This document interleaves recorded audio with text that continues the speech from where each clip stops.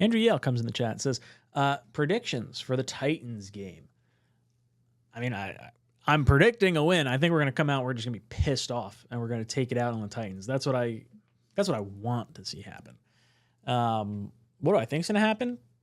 I mean, I know my Jets always find a way to screw me. So I will be betting the Tony Pollard over on rushing yards because I'm totally fine with losing some money if it means our Jets are getting a victory. I don't know. What do you think? What? The reverse jinx.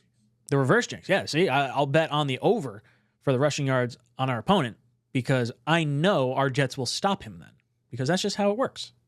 I know that's how that works.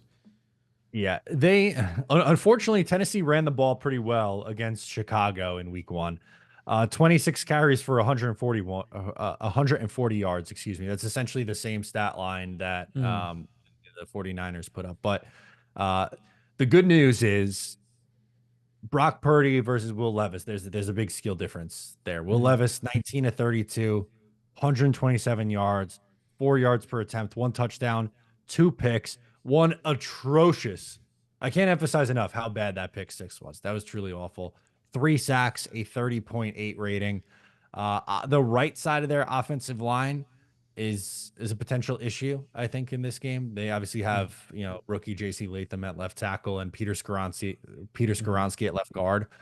But they're still trying to work some kinks out on the right side of the line. So I think this would be a bounce back spot for the Jets defensively. Now, for the Titans defense, they're sneaky. They're a sneaky, tough defense. I think they're, a better unit than some people are going to give them credit for, but it's not Tim Boyle, Zach Wilson, Trevor Siemian starting this game. It's Aaron Rodgers. So if the Jets score over 20 points in this game, that should be enough for them to win.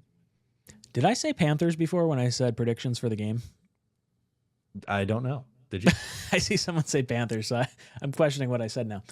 Just When Jets says score prediction, Jets 24, Panthers 16. Oh, yeah, I must have said that. That's why. I'm an idiot. Or right above that or something. I think so. I don't know. Beefy says, if they play like that in week 2, I'll go bald like JD. Yeah, I felt like they were just so close to being right. And I don't want them to take another loss figuring it out. I'd be fine with us having this game be closer in a win because obviously you'd rather figure out your stuff on the fly in victories. But I don't know. I just don't want it to take overly long for this team to start to gel in a meaningful way. No, but again, they had their toughest opponent on their schedule came in week 1. It's going to be really dependent on what happens on the road in Tennessee. Now they have to travel again, and it's 3 games in X amount of time. Like we did that whole thing last week. It's a lot of football, so they're going to have to gel quickly. But there's a lot of veterans on this team now. I think if they're as good as we were led to believe, then they should get it back on track and hopefully rattle off some wins. Because when you look at just look at the quarterback matchups that they have in these next few games. Will Levis and Jacoby Brissett and Bo Nix and then Sam Darnold. If you can rip off, win hopefully all 4 of those games, but even 3 of those 4, and then you're in an okay spot. Then you're home against Buffalo Monday night. I want to have a good record going in that game. I want to be hyped up.